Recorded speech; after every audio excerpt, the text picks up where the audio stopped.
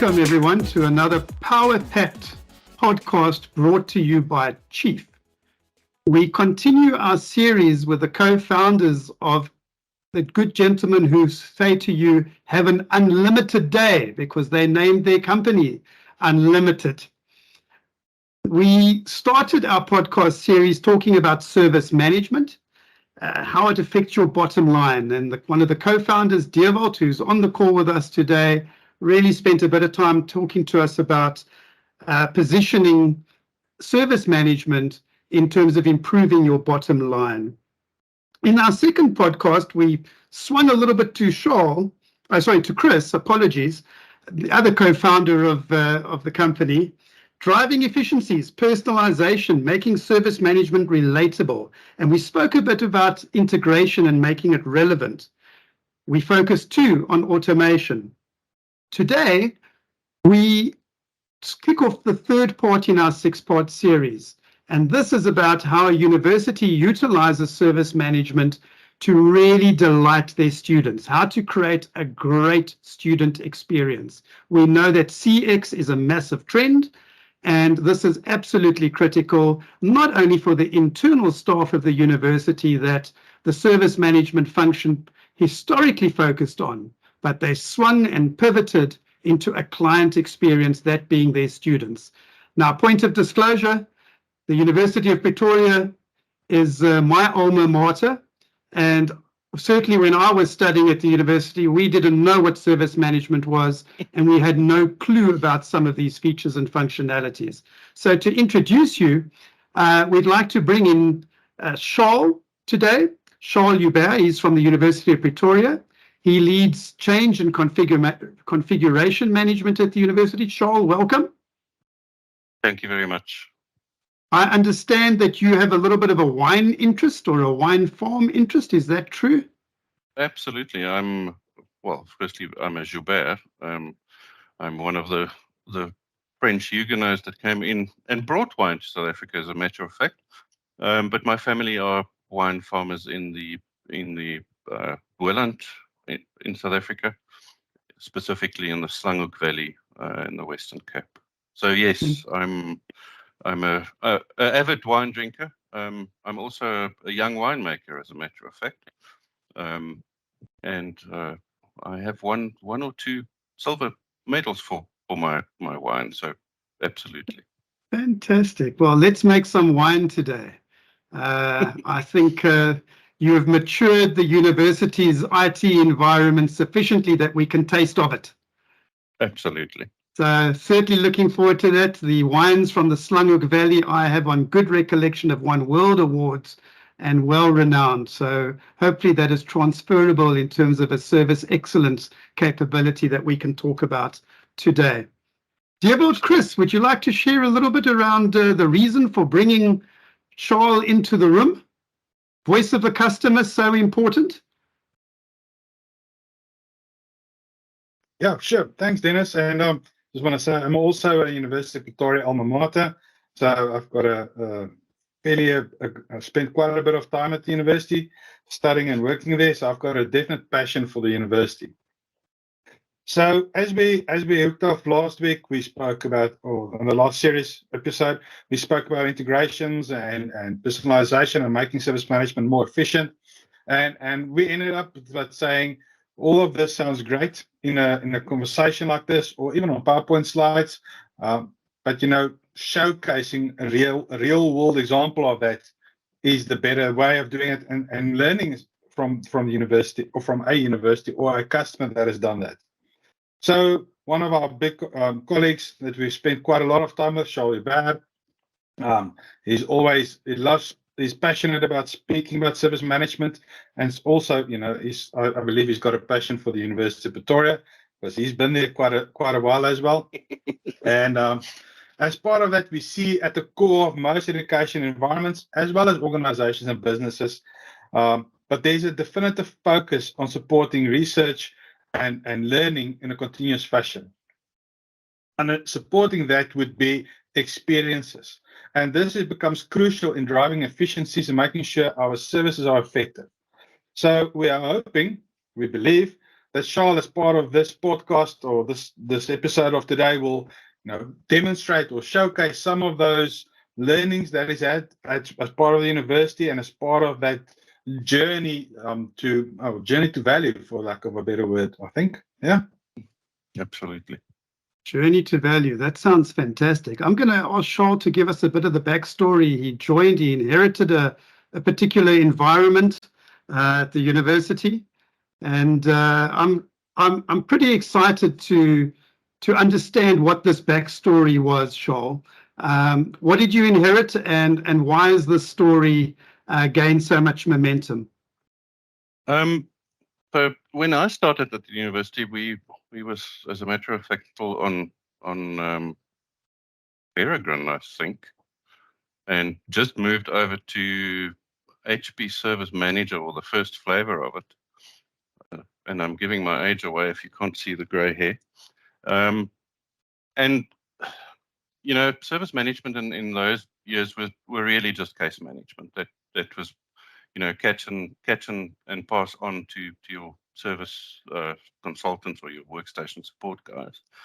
But things have changed so much for the better. I mean, we really now starting to move into our vision of enterprise service management, where we are onboarding not only IT, where it was, originally the norm to have service management, but we are now moving to our vision of enterprise service management throughout the university. And to that extent, we've actually yesterday we've onboarded our 17th business unit, which is not IT, it's the Faculty of Education, where not all the teachers in the country, but a good number of teachers in the country get trained at.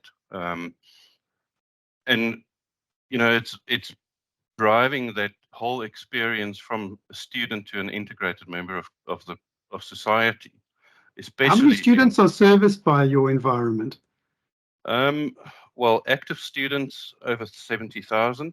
That's on-premise students. Then we are looking at another good 25,000 distance education students, and alumni. So in total, we have just short of 600,000 end users in our service of enterprise service management solution that we can service.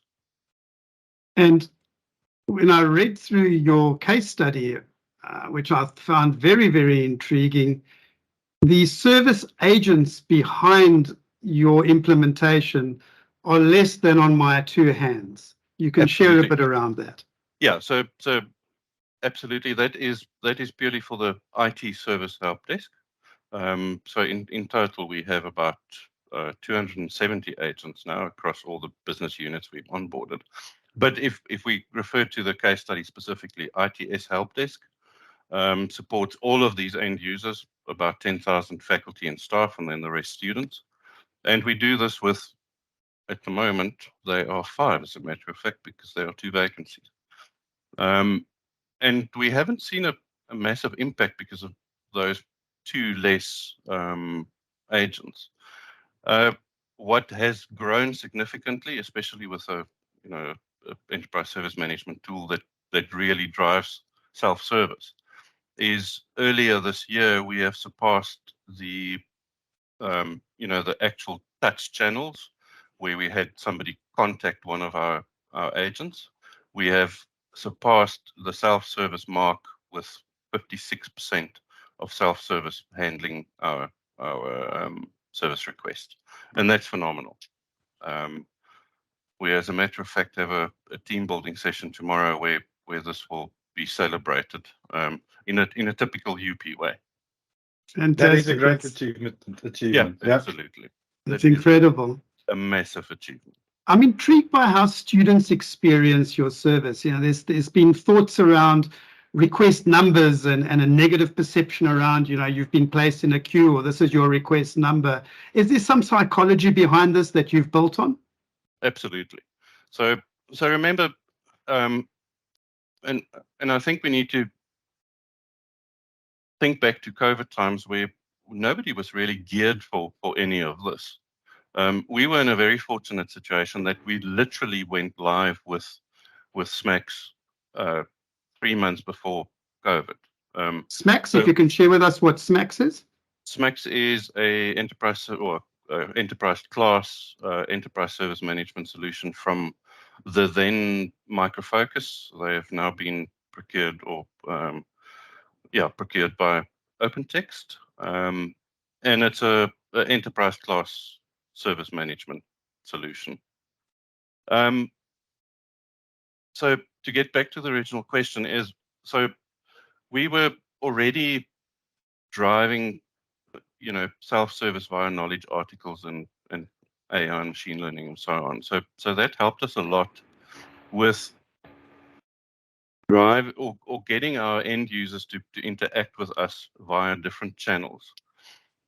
Previously to that, and one of the drivers why we are going, enterprise service management or SMAX for all our business units, is a student would, send an email to, an impersonal email account, and they wouldn't know what would happen with that email, and we actually got to a situation, where they would send that same email to multiple places.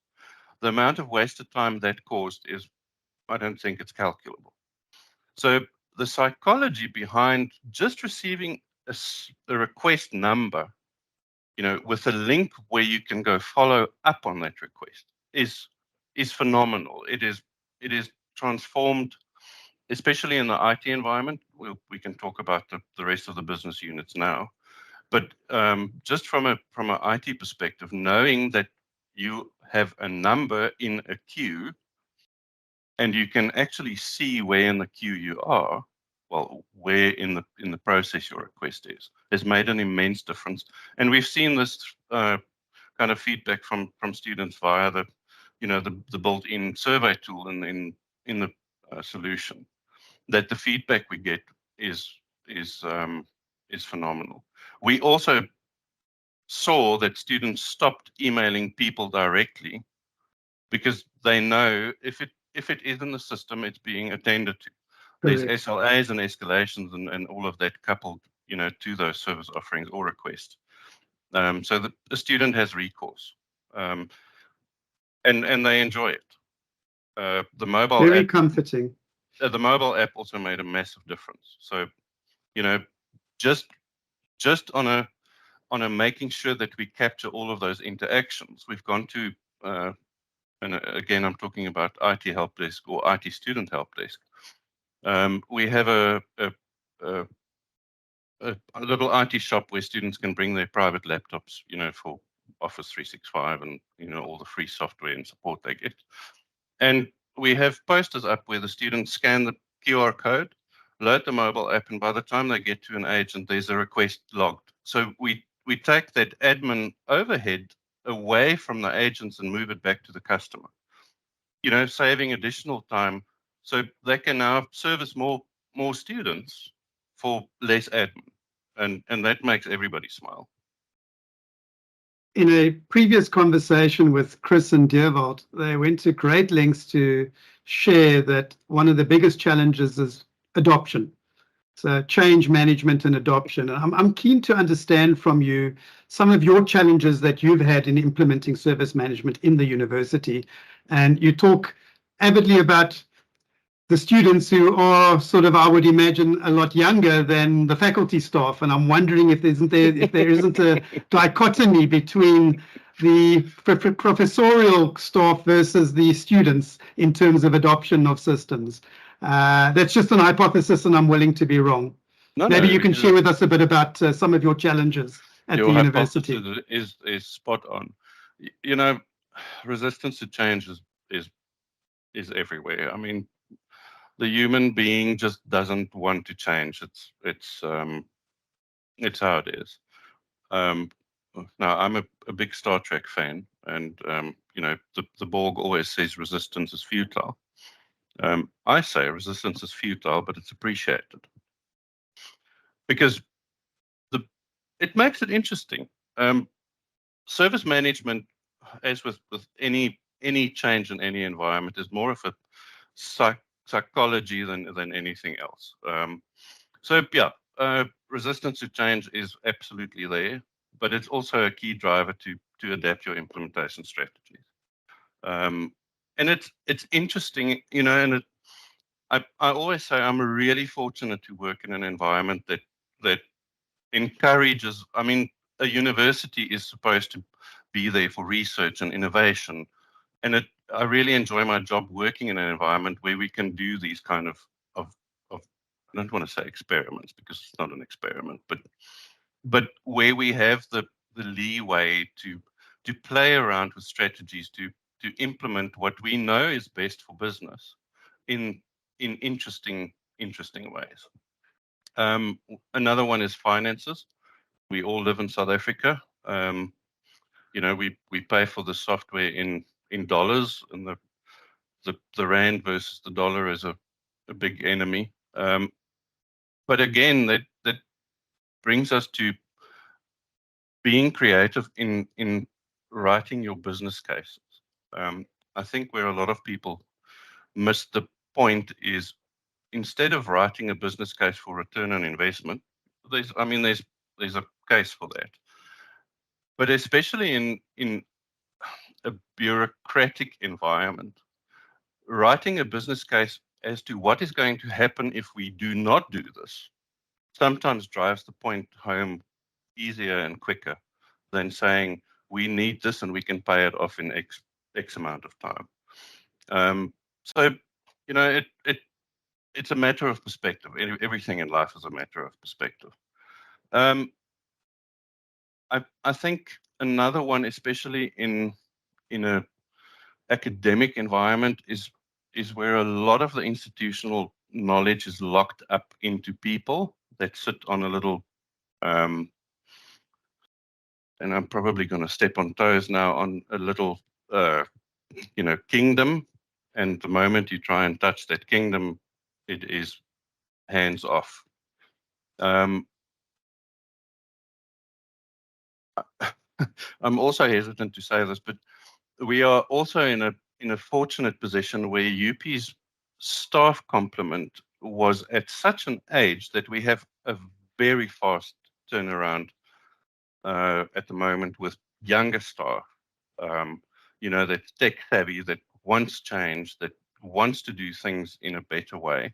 So in a sense that is helping us as well. And then metrics. Metrics is the ugly, horrible stepsister of performance management.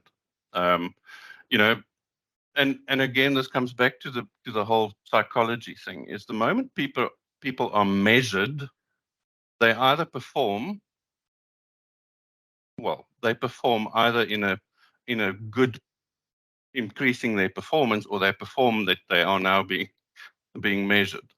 And the interesting thing is the moment that, especially in service management where you work in teams, the team actually sorts themselves out because you have metrics that people can see X, Y, and Z is doing so many requests, and a team member or the team notices that person is not pulling their way. The team actually sorts it out automatically by themselves. So those are some of the challenges. I think the last one I want to talk about is silos. Especially in a university environment, is everything used to be so, this is our domain, that's your domain, do not interfere. We can't do that anymore. Silos needs to be broken. So if somebody says to me, yeah, but we have to work in a silo because of X, Y, and Z, I just say silo, schmilos. What you do influences me, them, and them. We need to work together. And fortunately, we have management buy-in, so it makes it easier. Silo, schmilo. Yeah, silo, schmilos. That sounds fantastic. It sounds like a big change management challenge. I'm wondering whether and maybe Dewald, you can also help us with some thinking around this too. I'm wondering whether or how students reacted to your implementation. In other words, did you hit it on the spot with what their needs were? I would imagine there were some challenges during COVID potentially, but now those challenges might have changed. How are you able to make sure that what it is that you're doing internally aligns with the client need, and in this case, potentially the student needs too? Dewald, you got a few thoughts on that, and then hand over to Shaw? Yeah, Dennis. So you kind of take us back to podcast one in one sense. And Shaw, I think if we just think a little bit back, we've had this similar or more specific discussion at the university around typically how one go about to ensure that you align your business objectives, and how do you typically go around to align your service management practice with the students' expectations and their needs. Would you maybe want to kind of unpack the thinking at the time? Yeah, there's a few things that come to mind. Ideation is an important one. Ideation and idea management is, we are in an environment, as I said before, where innovation and free thinking is really encouraged. And ideation makes absolute perfect sense to, get that information from students, their ideas, their fresh ideas, sometimes quirky ideas. But I mean, the moment you encourage that kind of thinking, and that brings me to the second point, what I want to make is feedback with feedback. It's wonderful if people give you ideas and, let's do this. But if you don't provide feedback to them on those ideas, you are going to stifle that innovative thinking and information you're getting for free from your students. So sorry, Shaw, interrupting. Yeah, I think it's also important to note, it's these things need to be measurable, as you mentioned previously. So as soon as you put a practice and mechanisms behind how you go about to measure your innovation and actually how it actually gets traction within your strategy, that is definitely one of the key points. Yeah. So linking those ideas to, corporate university strategies.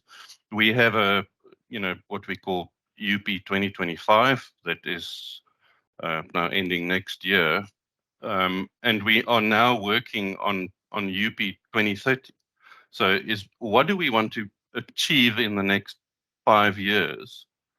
And ideation is one of the major drivers. So getting those ideas from our students and staff, and then linking them to our strategic pillars, how can these ideas support these strategies that we want to achieve, is absolutely valuable.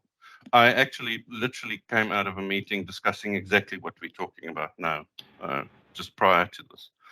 And it's really exciting, seeing how people get the idea of, we don't have to think of everything, because we can't.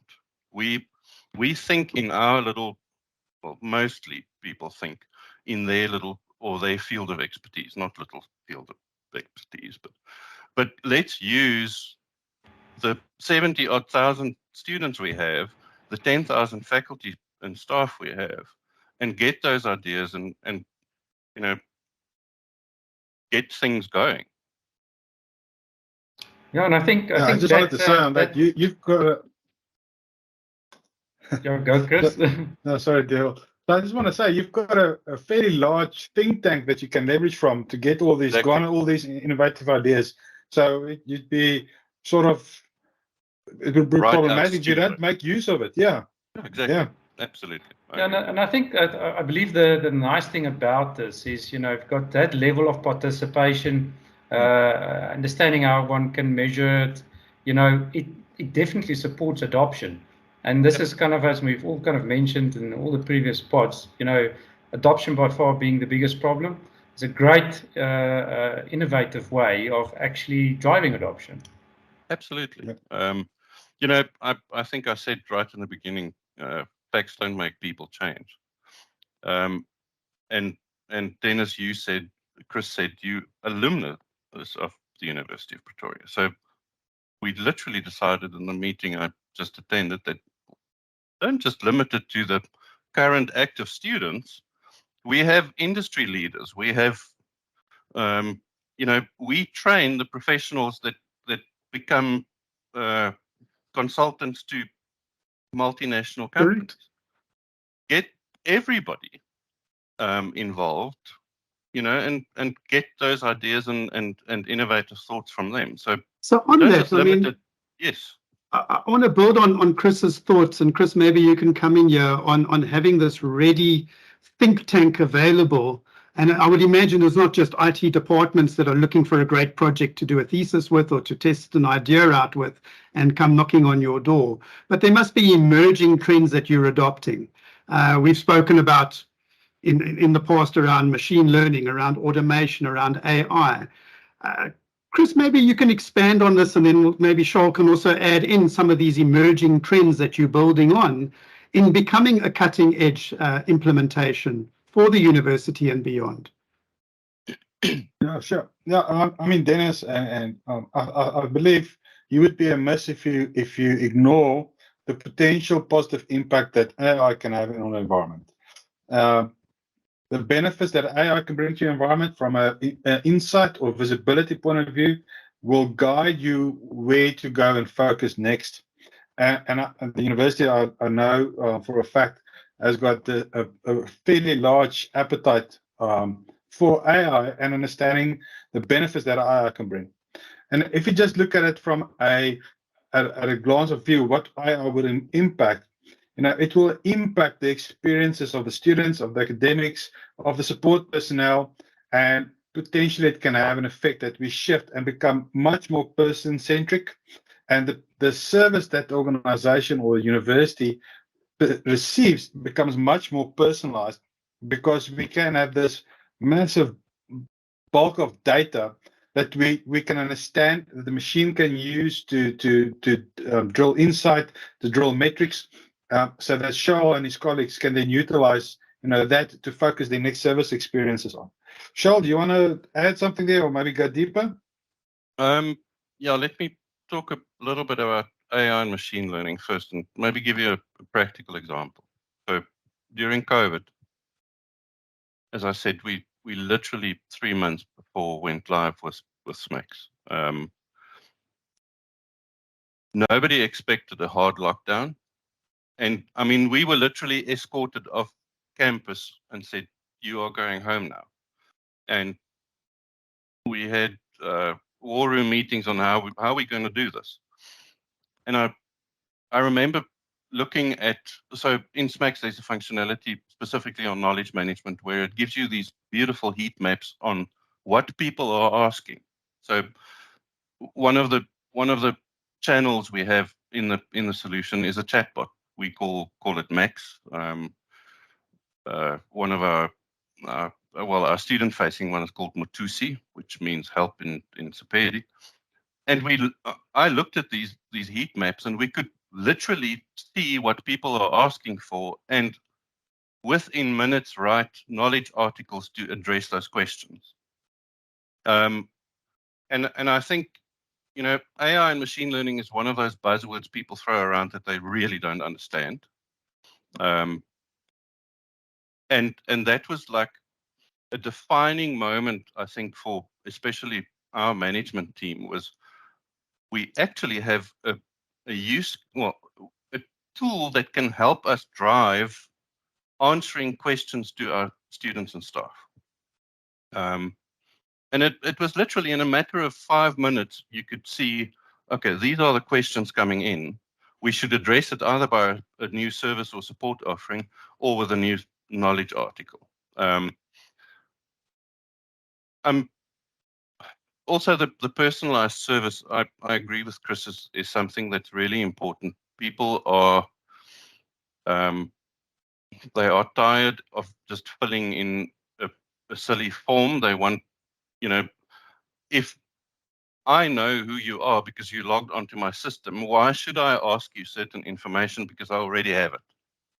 So from that kind of point of view, personalization really makes a huge difference on a multiple levels, like adherence. It's easier for people to fill in 2 fields on a form that for something they really, not really, for something that we're asking them for information, than having to fill out their title, their name, their surname, all of that information we already have. So start using that information in a personalized manner, and that by implication drives your whole person-centric service delivery that you want to get to. I think the other one that is really important is metrics on the fly. Every third person thinks that they are a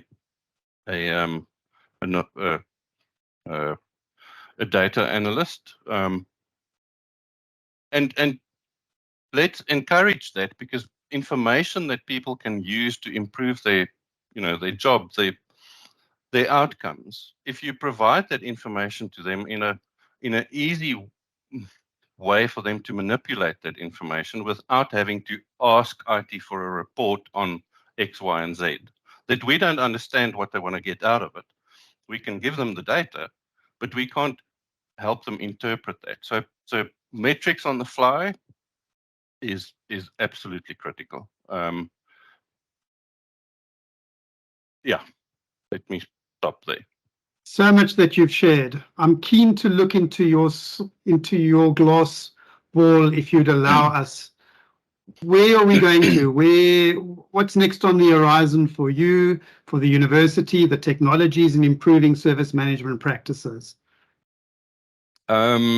Short term is onboarding as many of our business units as possible. I got the news yesterday. Fortunately, our absolutely coalface student service center is getting onboarded. Mobile.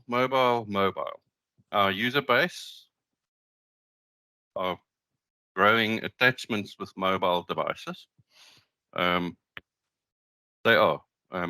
Can somebody please explain to me why people use a phone like this? I'd really like to know. But really, mobile. If you want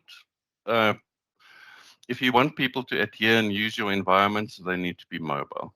AI, machine learning. We need to train our data models even further. We need to extend our data models and our machine learning. And we need to train people on using this technology effectively. Again, I said just now, people use AI and machine learning as a buzzword, but they have no idea what it means. If they knew what it could do for them, and that's where the training comes in, where we need to explain this on a bite-size, manner for people, because they get overwhelmed. I think the sky is the limit. We've already seen it in our natural and agricultural sciences faculty. So we went live with our first business unit, as a proof of concept at the faculty of NAS, and the benefits we're seeing now out of the faculty really embracing enterprise service management. It's actually driving the rollout, from a people speaking, like, we are doing it this way, and people wanting to get onboarded from their side. It's not, we are going to do this for you. It's, when can you do this for us?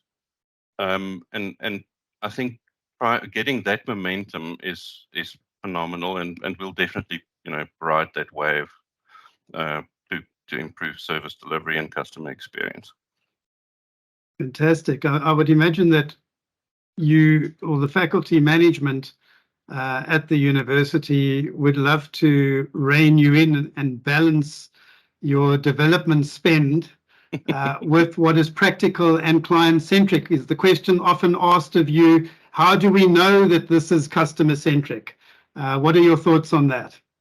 I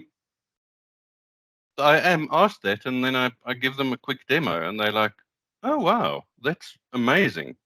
Why don't the rest of the enterprise systems, have the same kind of look and feel and make it, intuitive to use?"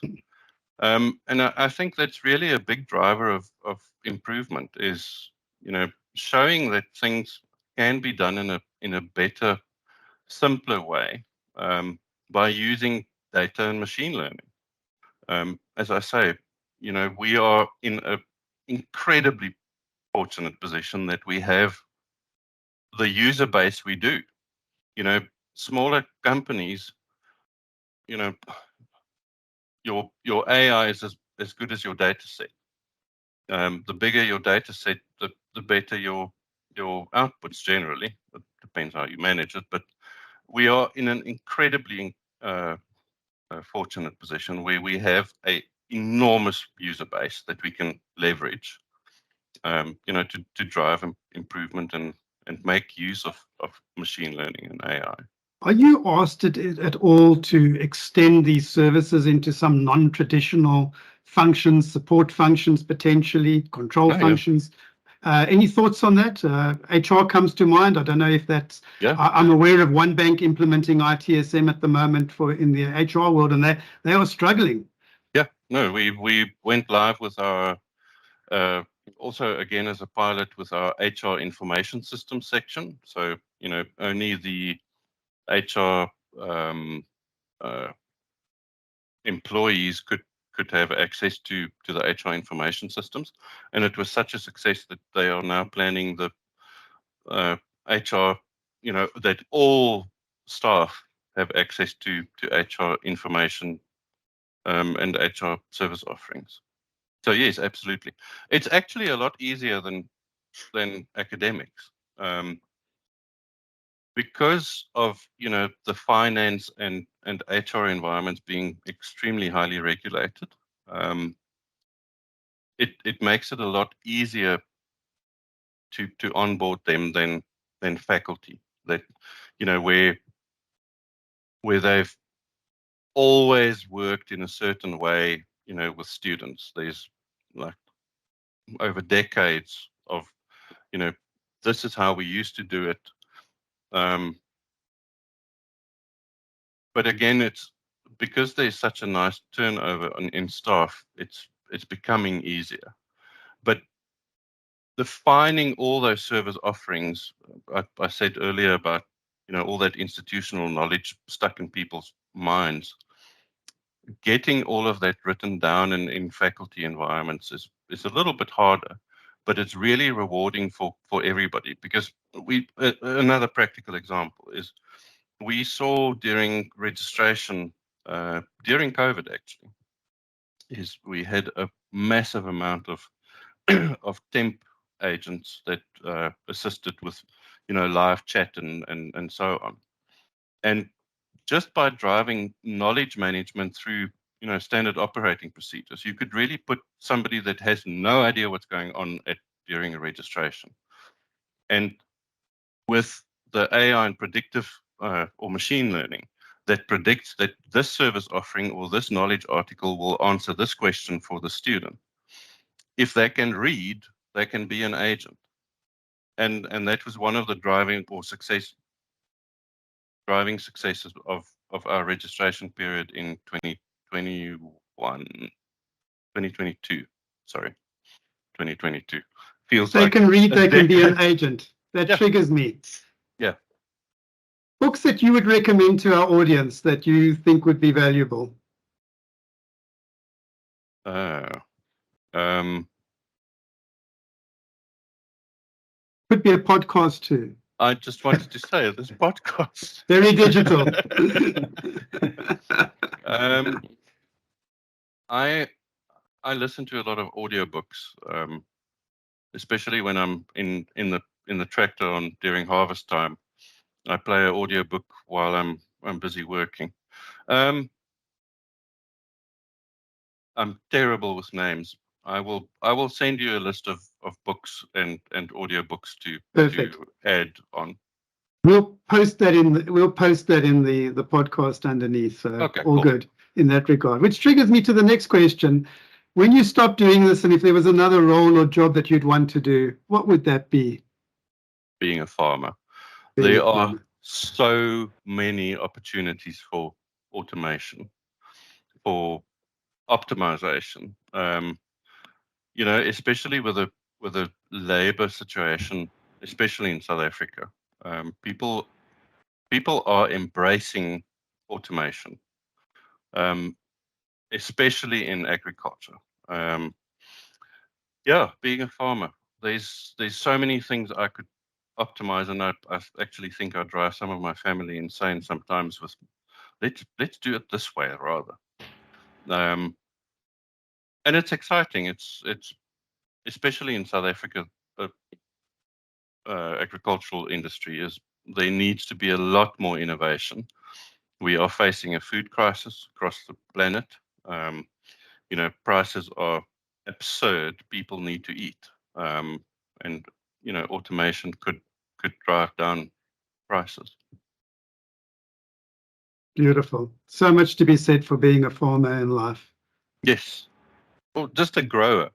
A grower of others. Even as a child, the fact that you could plant a seed and something grows just blows my mind. And isn't that a perfect metaphor for organizational life too, for growing others, planting a seed, Absolutely. Developing and nurturing. Yeah. Fantastic. Scarce resources and putting them to use. Yeah, exactly. Talking about scarce resources, Charles, great chatting to you. Great idea, Dewald and Chris, to bring the client into the room. What can our audience look forward to going forward? So I need to applaud Charles and thank Charles for saying AI and what about AI, and people don't understand what AI is, because AI is our topic. In our next podcast, we're going to deep dive AI, what the impact of it is, what is the influence of AI going to be. It's the impact actually at this point in time is still unknown, but we will discuss the potential influence of generative AI on service management practices and the impact thereof on user experiences and what they can expect how AI intermeshes with a service management practice. Fantastic. And if our audience want to get hold of you, Dewald and Chris, or connect with Charles via yourselves, how do they get hold of you? Well, I think we mentioned before, we're not social butterflies, but you guys can definitely find us on LinkedIn, on our website. And Charles, I think you guys are doing a stunning job. Dennis, Charles, thank you very much for taking precious time out of your morning to chat with us and to share all your experiences. We really appreciate it. Pleasure. Yep. Fantastic, Charles. That's awesome. I mean, that IT personality, I think they call it an ISTJ, introverted, sensing, thinking, and judging. Interestingly enough, you share the role with two other career types, and that is nurses and pilots. Yep. ISTJ personalities. Pilots are ISTJs. So very, very interesting in that regard. Charles, fantastic. Great having you. Actually. You've got your PPL too? Fantastic. Fixed wing or rotor? Fixed wing. Fixed wing. Fantastic. So we share some commonality. At university, I can't afford a rotor. So it's interesting. When I was at the University of Stellenbosch, there's a tiny little airfield close to the university that I used to fly out of, which is very, very beautiful. And the circuit takes you over Somerset West Side, and there's more than enough vineyards over Val de Vie and others that you get to see. So I was a shocking fixed wing pilot. I couldn't trim it out properly. But Charles, fantastic. Great sharing with you and to our two co-founders from, we trust that you'll all have an unlimited day. Thank you very much. Thank you very much.